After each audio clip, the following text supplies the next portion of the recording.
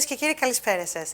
Η εκπομπή ΟΜΟΓΕΝΕΙΑ ΕΔΩ ΛΟΝΔΙΝΟ και αυτή την εβδομάδα θα σας κρατήσει συντροφιά και θα σας ενημερώσει για την επικαιρότητα και τα γεγονότα που διαδραματίζονται εδώ, στην καρδιά του Λονδίνου.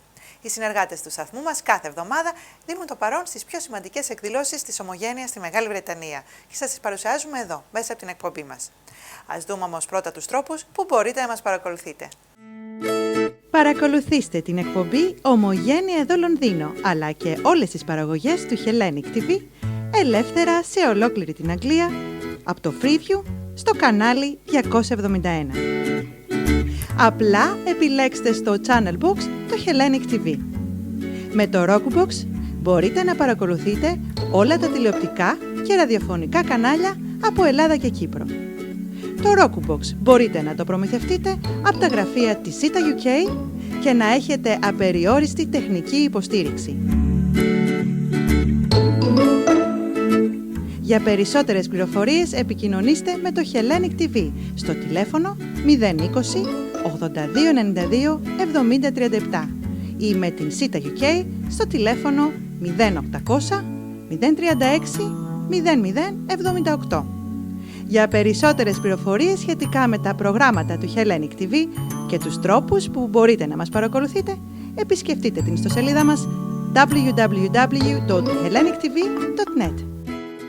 Σας καλούμε να μας ενημερώνετε για τις εκδηλώσεις που πραγματοποιούνται στην κοινότητά μας. Επικοινωνήστε μαζί μας και εμείς θα βιντεοσκοπήσουμε το γεγονός και θα το προβάλλουμε στο Hellenic TV. Το τηλέφωνο επικοινωνίας είναι 020 8292 7037 ή επικοινωνήστε στην ηλεκτρονική μας διεύθυνση info@hellenictv.net. Μην χάσετε και αυτή την Παρασκευή στην εκπομπή ΟΜΟΓΕΝΕΙΑ ΕΔΩ ΛΟΝΔΙΝΟ τις πιο πρόσφατες εκδηλώσεις που πραγματοποιήθηκαν εδώ, στην καρδιά του Λονδίνου. Στο πρόγραμμα αυτό θα παρακολουθήσετε την εκδήλωση που διοργάνωσε το Famagusta Association στην Βουλή των Κοινοτήτων με θέμα την ανεξαρτησία της Κύπρου. Επίσης θα σας παρουσιάσουμε τον αγιασμό στο Παροικιακό Σχολείο του Αγίου Ιωάννου του Βαπτιστού και τη σχολική γιορτή για την επέτειο της 28ης Οκτωβρίου. Τέλος, ένα μικρό απόσπασμα από την θεατρική παράσταση με τίτλο Lucrezia the Sinner, Lucrezia the Saint. Το πρώτο μας θέμα αφορά στην μεγάλη εκδήλωση που διοργάνωσε ο σύνδεσμος Αμμοχώστου Η Βασιλείου και ο πρόεδρος του Dr. Βασίλης Μαύρου σε συνεργασία με Βρετανούς βουλευτές, φίλοι της Κύπρου, στο Grand Committee Room στην Βουλή των Κοινοτήτων. Η εκδήλωση πραγματοποιήθηκε την περασμένη Τρίτη 22 Οκτωβρίου. Το θέμα της εκδήλωσης ήταν η μέρα της ανεξαρτησίας της Κύπρου. Κύριος ομιλητής ήταν ο νέος Ύπατος Αρμοστής της Κυπριακής Δημοκρατίας στο Ηνωμένο Βασίλειο, κύριος Ανδρέας Κακουρής. Την εκδήλωση τίμησαν με την παρουσία τους πολλοί Βρετανοί βουλευτές, ο Θεοφιλέστατος Επίσκοπος Τροπαίου Αθανάσιος και ο πρέσβης της Ελλάδος κύριος Δημήτριος Καραμήτσος Τζιράς.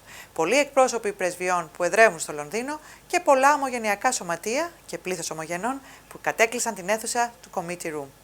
Πρώτος ομιλητής, όπως προαναφέραμε, ήταν ο Ύπατος Αρμοστής της Κύπρου, κύριος Ανδρέας Κακουρής. Ας παρακολουθήσουμε την πολύ ενδιαφέρουσα ομιλία του. Thank you, Dr. Mavru, for introducing me.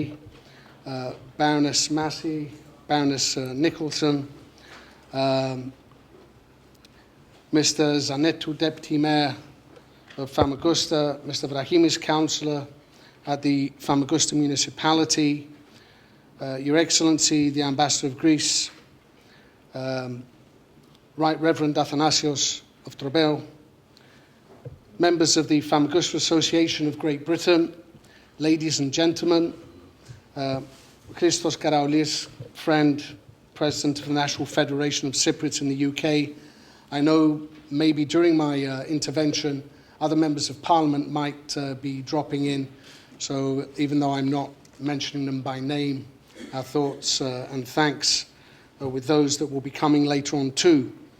Thank you for the opportunity to say a few words at what I understand is an annual event that on the one hand celebrates the National Day of the Republic of Cyprus, whilst on the other hand reminds us all of the continued Turkish occupation of the northern third of the island of Cyprus, and specifically the town of Famagusta and the fenced area of Varosha.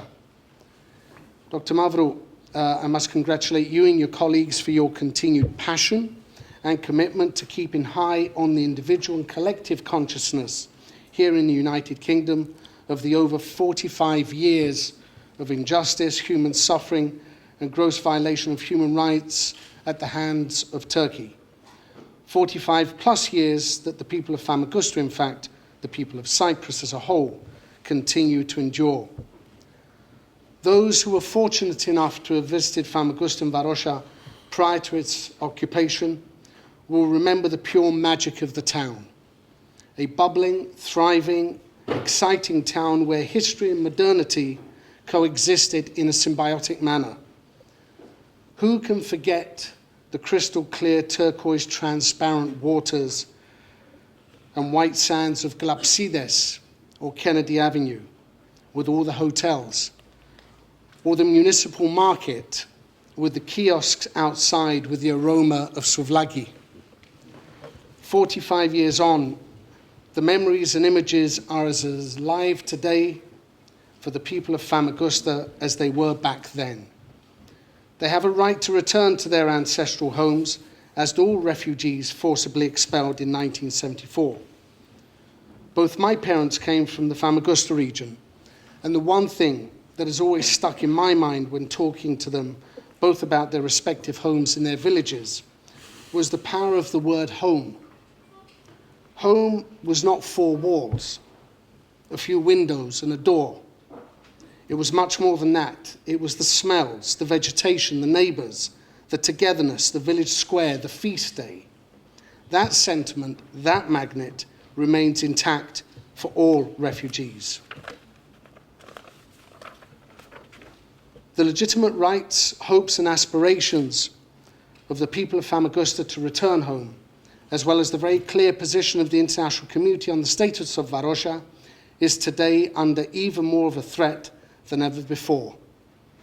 It is worth recalling in broad brushstrokes what the position of the international community is regarding the framework for the return of Varosha to its lawful inhabitants, as defined through numerous UN Security Council resolutions. Firstly, Resolution 482 of 1980, where the Security Council reiterated its support to the 1979 high-level agreement, which placed priority on reaching agreement on the resettlement of Varosha, and without waiting for the outcome of the discussions on other aspects of the Cyprus problem.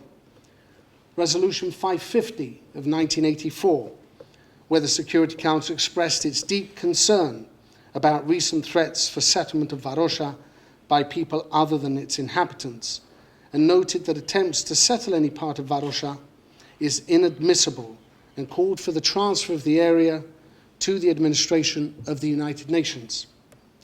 Resolution 789 of 1992, where the Security Council urged that with a view to the implementation of Resolution 550, the area at present under the control of UNFICIP be extended to cover Varosha. And most recently, only last month, or earlier this summer, where the Security Council recalled the status of Varosha as set out in the resolutions. I mention these resolutions because quite clearly Varosha was and still is seen as a highly important issue. To date, Varosha was one aspect of the occupation in respect of which, until recently, no additional fait accomplis were created on the ground since 1974. This is no longer the case and is an issue of extreme concern. The concern is certainly amplified when coupled with the aggressive posture and illegal activities of Turkey in the exclusive economic zone of the Republic of Cyprus that has been ratcheted up recently. What we have been witnessing in recent months as regards Varosha is a steady diet of statements and actions that run contrary to UN Security Council resolutions and which clearly telegraph the aggressive and highly negative intentions of Turkey and its subordinate local administration in the occupied area. I would merely like to recall that 4 Turkish ministers have visited Varosha over the last few months, with most recently Foreign Minister Çavuşoğlu, who declared that, quote, preparations are underway and Varosha will be open. He announced also Turkey's intention to open a Consulate General of Turkey in the wider Varosha area.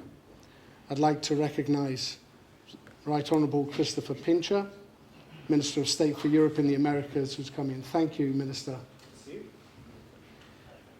Today, however, the danger of this fait accompli has never been so near or so imminent. It is difficult to see how we could salvage the peace process from the devastating blow that it would be dealt with if these threats were to materialize. Today, it is critical that our friends multiply the voices of concern and the very real dangers that such actions by Turkey bring to efforts for a Cyprus solution. The seriousness of the threat is matched with the seriousness with which the government of Cyprus has shown by raising the issue at the UN Security Council recently. The briefing given resulted in a Security Council press statement on the 9th of October, where the Security Council recalled the importance of the status of Varosha and reiterated that no action should be carried out in relation to Varosha that are not in accordance with the relevant UN Security Council resolutions. Honourable members, excellencies, friends, my government has been constantly advocating for the return of Varosha to its lawful and rightful owners and inhabitants under the auspices of the UN. We have proposed this as a confidence-building measure time and time again, it has been met with a negative Turkish response. Most recently, President Anastasiadis again proposed a tangible confidence-building measure, acceptance of which would, we believe, contribute greatly to the efforts to creating a climate conducive to the resumption of the peace process. Allow me to focus on this last point, namely the President's commitment to finding a just, lasting and durable solution within the framework established, a bizonal, bicommunal federation with a single sovereignty, single international personality, single citizenship, with political equality as defined by UN resolutions, and where the human rights and fundamental freedoms for all Cypriots will be safeguarded. A solution where the reunification will be without occupation forces and anachronistic guarantor power provisions. The President has stated his commitment to return to the negotiations table to resume where the Crans-Montana talks ended. However, this commitment to resumption of the talks and to finding a solution is becoming a prisoner of the Turkish belligerence regarding Varosha, its illegal actions in the exclusive economic zone, and a more acute expression of a policy centered solely on might is right. No one here, I believe, expects negotiations to be possible against this backdrop. At such times, a clear and strong voice from the United Kingdom in support of the efforts of the President, of the sovereignty and of the sovereign rights of the Republic of Cyprus takes on added importance and significance. Mr. Deputy Mayor, allow me to end by saying you are here amongst friends and people who care with what happens to Varosha, to Famagusta and Cyprus more generally. Thank you.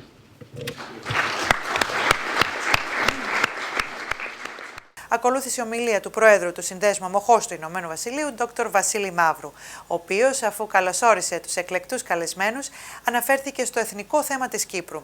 Ας παρακολουθήσουμε ένα απόσπασμα από την ομιλία του. Distinguished guests, on behalf of my committee, Famagusta Association, I would like to welcome all of you to our event today for the Independence Day of Cyprus and the case for Famagusta. My special thanks goes to His Grace Bishop of Trοπαίου, Athanasios, the Minister of Europe, the Right Honourable Christopher Pincher, our distinguished members of the House of Commons and House of Lords, the Ambassador of Cyprus, Andreas Κακουρής, the Cyprus Deputy Ambassador, Nicholas Manoli, Greece's Ambassador, Δημήτριος Καραμήτσος Τζιράς, Lithuania's Ambassador, Renatas Norkus, Ghana's Ambassador, Papa Oyusu Ankoma, on behalf of His Excellency, Mr. Marin Reikon, Bulgaria's Ambassador, Mr. Andrei Vlahov, and Mr. Harizanov, the representatives of the Famagusta municipality from Cyprus, Chrysathos Zanetou, Vice Mayor of Famagusta, and Andreas Vrahimis Chancellor. I would particularly like to thank the President of the APPG for Cyprus, Sir Roger Gale, and the Vice President of the APPG for Cyprus, Pambos Charalambous, for making possible this event today. I would also like to thank both of them for the great work that they do for Cyprus and its people. Cyprus has a very rich history and culture going back to over 12,000 years. The month of October is dedicated to celebrating Cyprus' independence. An independence, however, that did not fulfill the wishes of the Cypriot people. Cyprus became an independent sovereign state in 1960 due to serious pressure resulting mainly from an armed struggle taken up by the Greek population of the island who demanded independence and union with Greece, Enosis. Britain took over the colonization of Cyprus from the Ottoman Turks, but denied the legitimate demands at the time for union with Greece. At the same time, it denied the universal right of self-determination of the Cypriot people. The large Greek population of Cyprus used to live and work peacefully alongside the small Turkish Cypriot ethnic community, and indeed other much smaller ethnic communities such as the Armenians, the Maronites, and the Latins. The Cypriot people as well as a whole felt oppressed under the rulers. They couldn't survive the hardship of high taxation and unemployment and started revolting. However, although the two main communities of Cyprus after the war continued to live and work peacefully alongside each other, as they always had, suddenly tensions began to emerge. This was a result of a general policy of preferential treatment in favor of the Turkish minority in Cyprus, especially in public sector jobs such as the police. This unfairness agitated nationalist feelings among Greek Cypriots, which in turn aroused suspicion, mistrust, and damaged the previously harmonious relationship enjoyed between the two communities. The common struggle against the rulers had been eroded. Instead, the Greek population of Cyprus started the main anti-colonial organized movement in Cyprus under EOKA. Ολόκληρη την ομιλία του κυρίου Μαύρου θα σας την παρουσιάσουμε προσεχώς στην εκπομπή με το φακό του Hellenic TV. Αμέσως μετά τον κύριο Μαύρου ακολούθησαν ομιλίες των Βρετανών βουλευτών φίλων της Κύπρου, οι οποίοι δήλωσαν την συμπαράστασή τους στο μεγάλο αγώνα για την δίκαιη και βιώσιμη λύση του Κυπριακού. Ας παρακολουθήσουμε τις ομιλίες των Βρετανών βουλευτών. Because to see those empty beaches, those deserted streets, those broken homes and hotels, where once there was vibrancy, there was life, there was laughter, and now there is nothing but silence, leaves an indelible imprint. And that's why I can assure you, after my visit there, and my more recent visits to Cyprus, I was there something like 3 weeks ago when I had the honour of a meeting with President Anastassiades. I can assure you that you have no better friend than Britain. And I'm sorry that Mr. Mavros, and I'm indebted to him for his detailed history of Cyprus and the recent difficulties. I'm sorry that he feels the way he does, because we do believe that we are good and strong and honest friends of Cyprus. We want to see, as the High Commissioner has, I think, rightly said, an enduring and strong solution to the challenges that face the island of Cyprus. And when I went to Cyprus a couple of weeks ago, I made absolutely clear the British government's view that we deplore drilling in waters close to Cyprus. We absolutely respect and promote the right of Cyprus to drill for oil in its exclusive economic zone, and we believe that those hydrocarbons are there for the benefit of all Cypriots. And Turkey should not drill where it is drilling.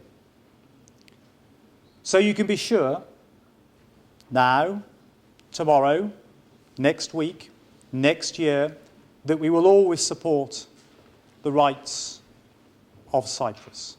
And I look forward to the day when I'm next able to visit, I hope not too far away, when I can go again to Varosha and to Famagusta.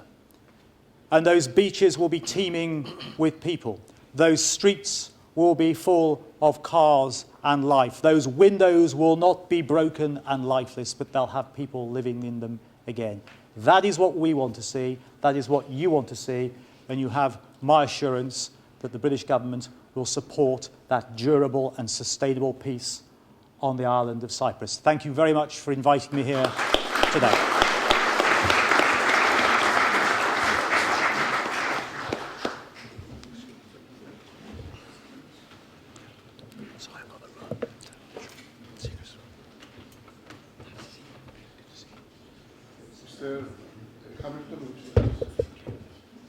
Thank you very much.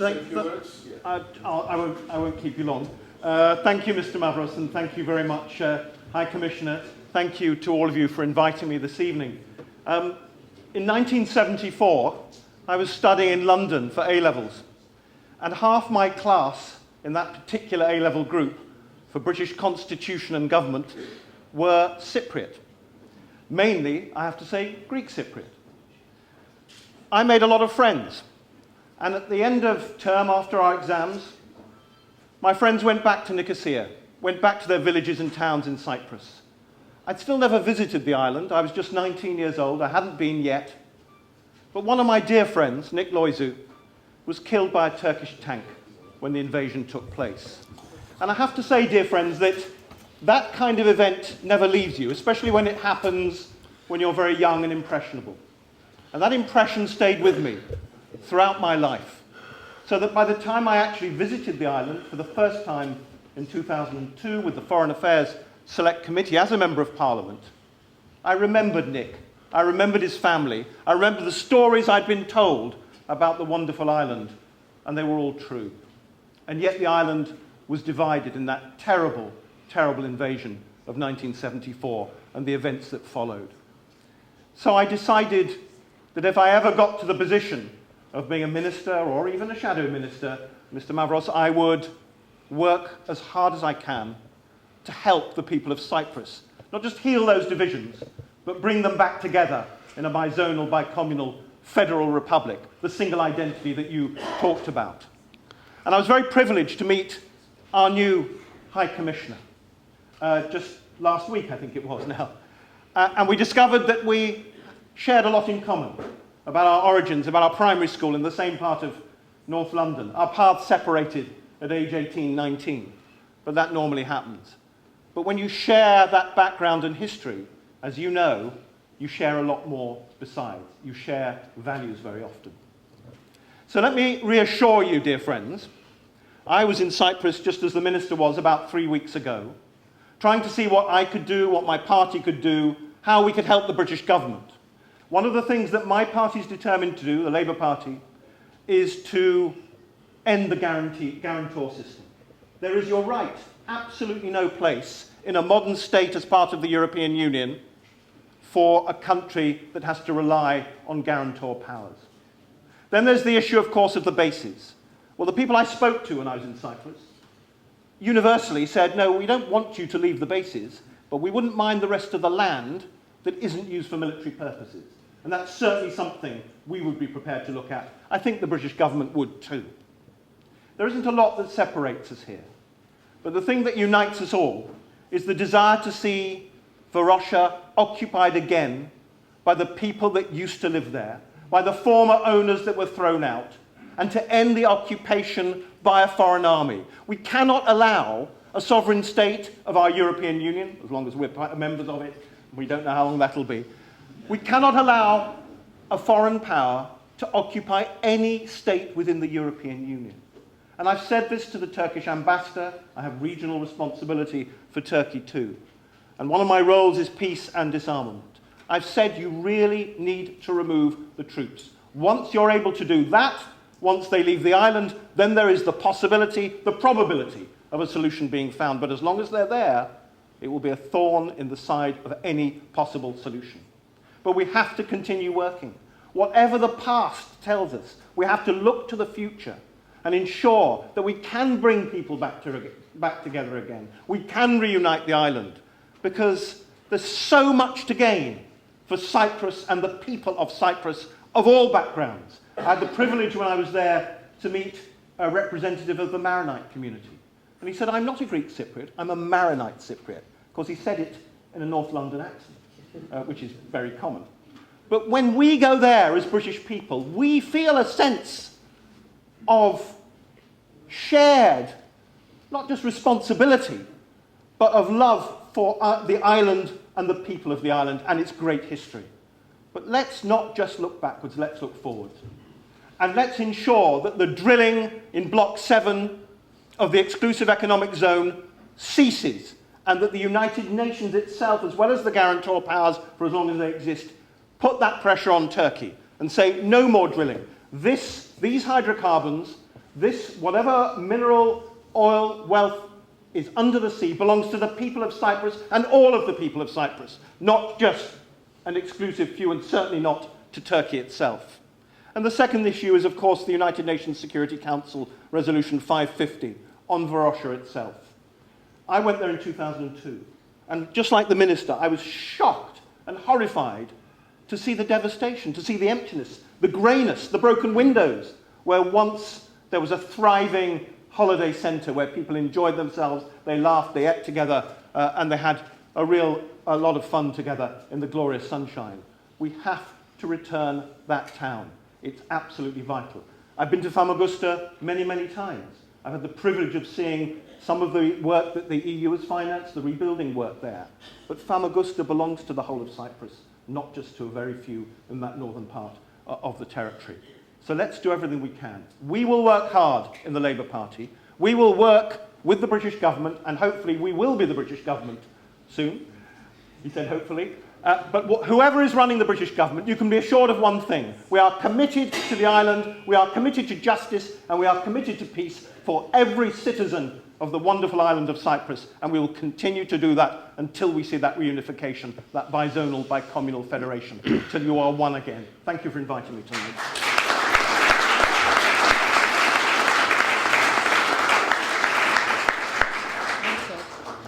Sir Roger Kerr, would you like to say a few words? Sir Roger Kerr is President of the APPG for Cyprus.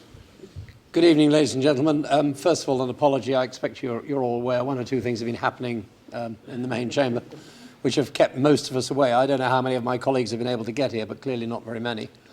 That is not for want of trying. The expression of interest was about a page and a half long, but we have actually all been nailed down voting in the chamber since 7 o'clock. So for that, I can only apologise. A week ago on Saturday,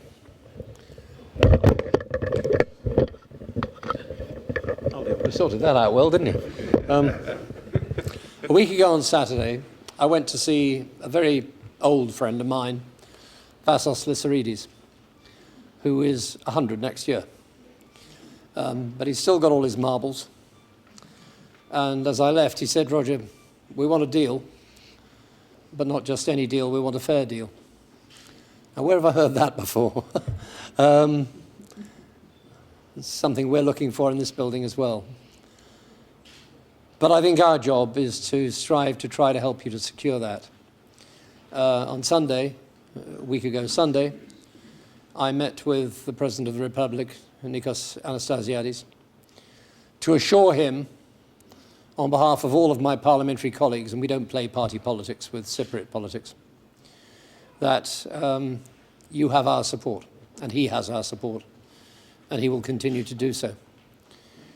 I have a feeling, I don't have a feeling, I'm absolutely certain, that it was left to Mustafa Akinci, who I believe to be a good man, and I've known him for over 30 years, and Nikos Anastasiadis, they would do a deal.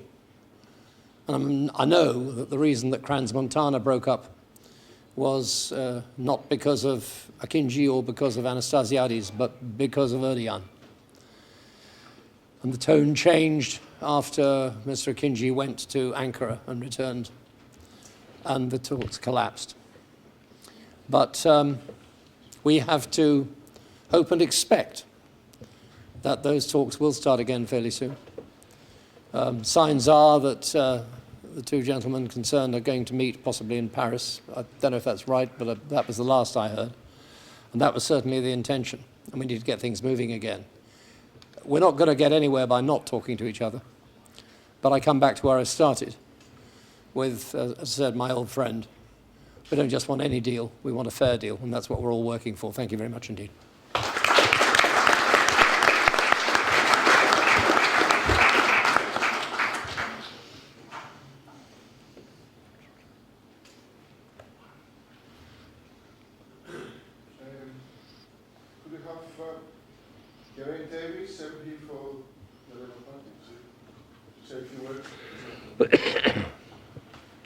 Yes,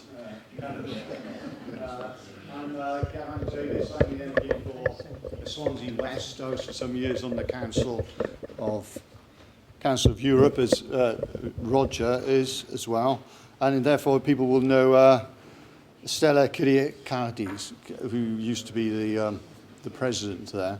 I'm following the previous speeches. I'm not going to give a detailed speech about Famagusta, but we're really here to say in solidarity that we all want to see peace, harmony, unity, the communities working together, and obviously not occupation.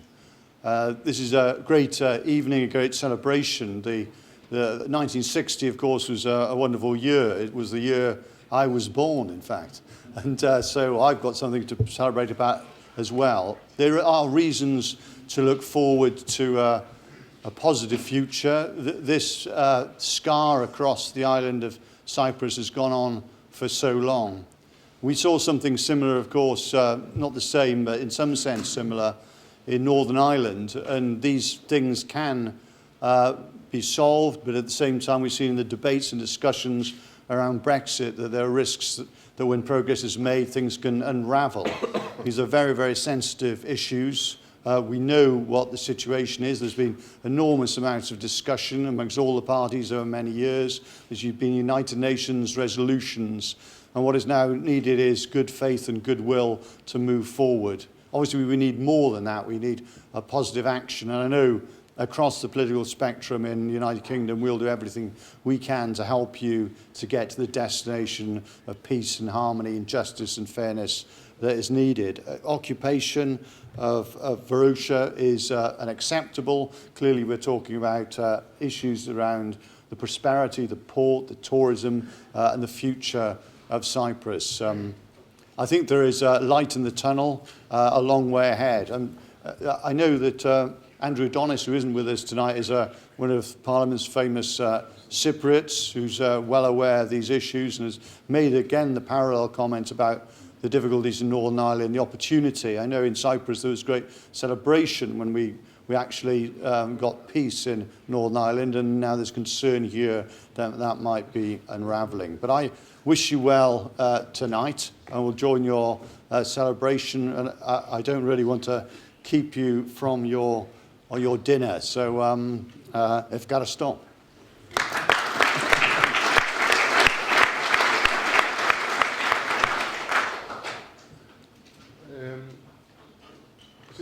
Caroline Harris, would you like to say a few words?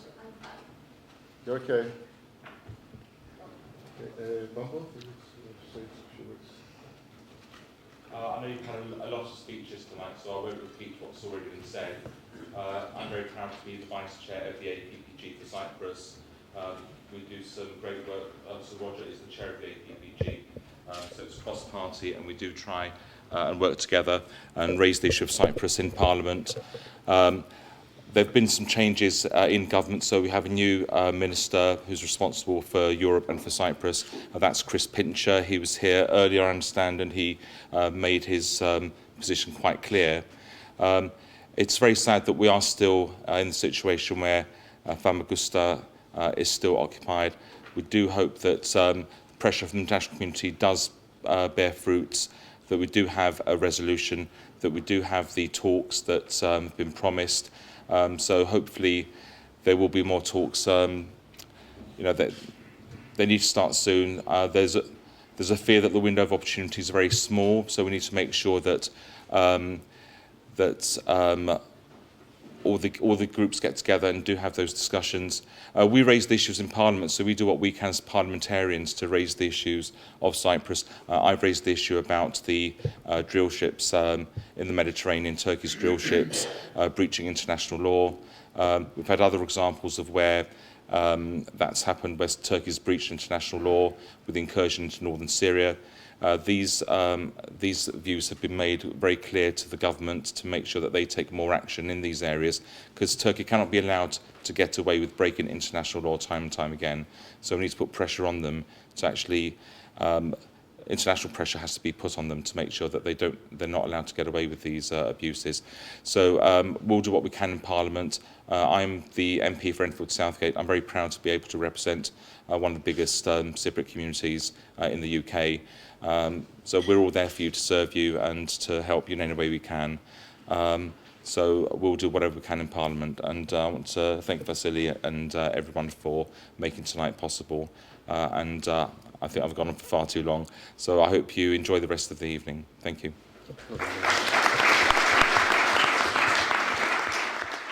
Μετά το τέλος της εκδήλωσης, λάβαμε την ευκαιρία να κάνουμε μια σύντομη συνέντευξη στον πρόεδρο του Συνδέσμου Αμμοχώστου Ηνωμένου Βασιλείου, Dr. Βασίλη Μαύρου. Τη συνέντευξη πήρε η αγαπητή συνεργάτηδα του Hellenic TV, Ελευθερία Σοφρονίου. Ας δούμε αυτή την ενδιαφέρουσα συνέντευξη. Εδώ, με αφορμή την επέτειο της ανεξαρτησίας της Κύπρου, έχει γίνει μια συνάντηση, μια πρωτοβουλία από πλευράς του Δόκτωρος Βασίλη Μαύρου για την Αμμόχωστο και τα ψηφίσματα της Αμμοχώστου. Ναι, μιλήστε μας για τη σημερινή σας πρωτοβουλία. Ευχαριστώ, Ελευθερία. Ναι, είναι μια πρωτοβουλία του Συνδέσμου Αμμοχώστου της Επιτροπής. Κάναμε μια πάρα πολύ σκληρή δουλειά για να πετύχουμε το αποτέλεσμα που βλέπετε σήμερα, Ελευθερία. Όπως είδατε, η αίθουσα ήταν κατάμεστη από κόσμον.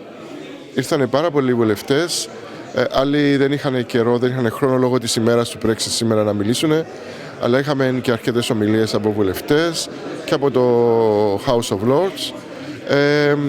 Είπανε καλά λόγια, είπανε για την κατάσταση στην Κύπρο.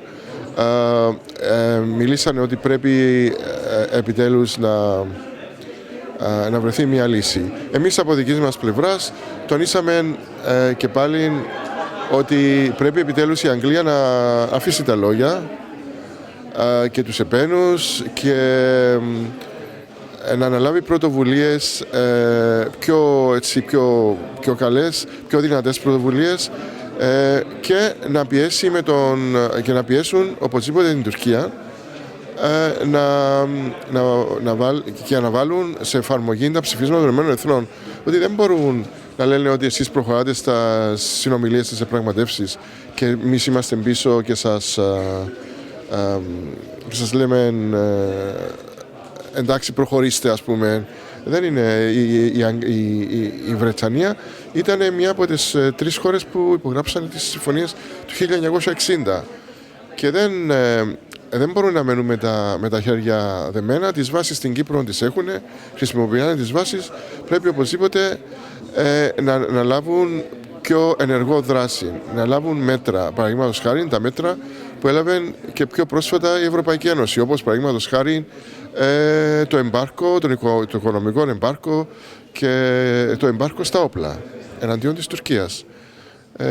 Έτσι αυτό είναι το κυρίως θέμα που θίξαμε σήμερα. Το άλλο, έχουμε κάνει το δικό μας το ψήφισμα με το οποίο ζητούμε από την Αγγλική Βουλή, από την Βρετανική Βουλή να το προωθήσει και το οποίο μιλά ξεκάθαρα για τις δικές μας τις θέσεις για να ελευθερωθεί τέλος πάντων ο τόπος μας από τους Τούρκους εισβολείς, να επιστρέψουν οι πρόσφυγες πίσω, οι Αμμοχωστιανοί να δοθεί προτεραιότητα στην Αμμόχωστο, να επιστραφεί Αμμόχωστος πίσω στους νόμιμους κατοίκους της.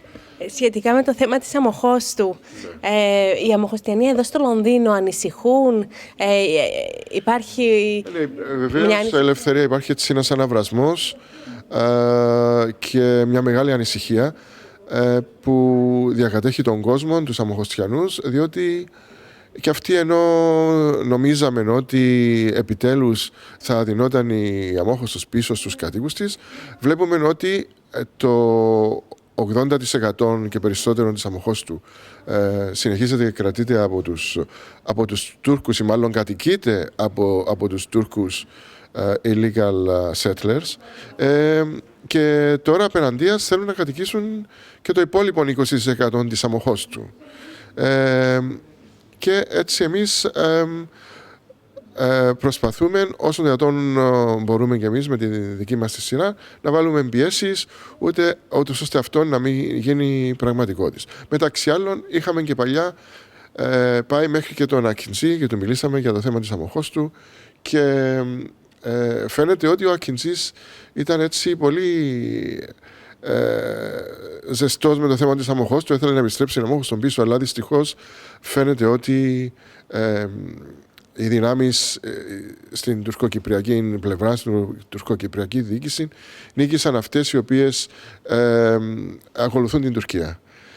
Και δυστυχώς είχαμε πρόσφατα αυτά τα statements που είπαν ότι θα κατοικήσουν αυτή την υπόλοιπη περιοχή της Αμμοχώστου. Αυτό είναι ένα έσχος το οποίο εμείς σαβαροσώντες δεν μπορούμε να δεχτούμε ελευθερία. Και τάξαμε εμείς σαν σκοπό μας να συνεχίσουμε τον αγώνα μας μέχρι να επιστρέψουμε πίσω, μέχρι την τελική επιστροφή της Αμμοχώστου και όλων των περιοχών, των κατεχομένων περιοχών της Κύπρου. Εμείς δεν καταθέτουμε τη σημαία του αγώνα. Αυτό να το κάνουμε ξεκάθαρο και να δώσουμε και ελπίδα και καρτερικότητα ταυτόχρονα και στον κόσμο της Αμμοχώστου, στον προσφυγικό κόσμο, ότι είμαστε εμείς εδώ, προσπαθούμε, κάνουμε ό,τι μπορούμε και να μην χάνουν ποτέ το θάρρος τους. Αυτά ήθελα να πω. Ευχαριστούμε πολύ.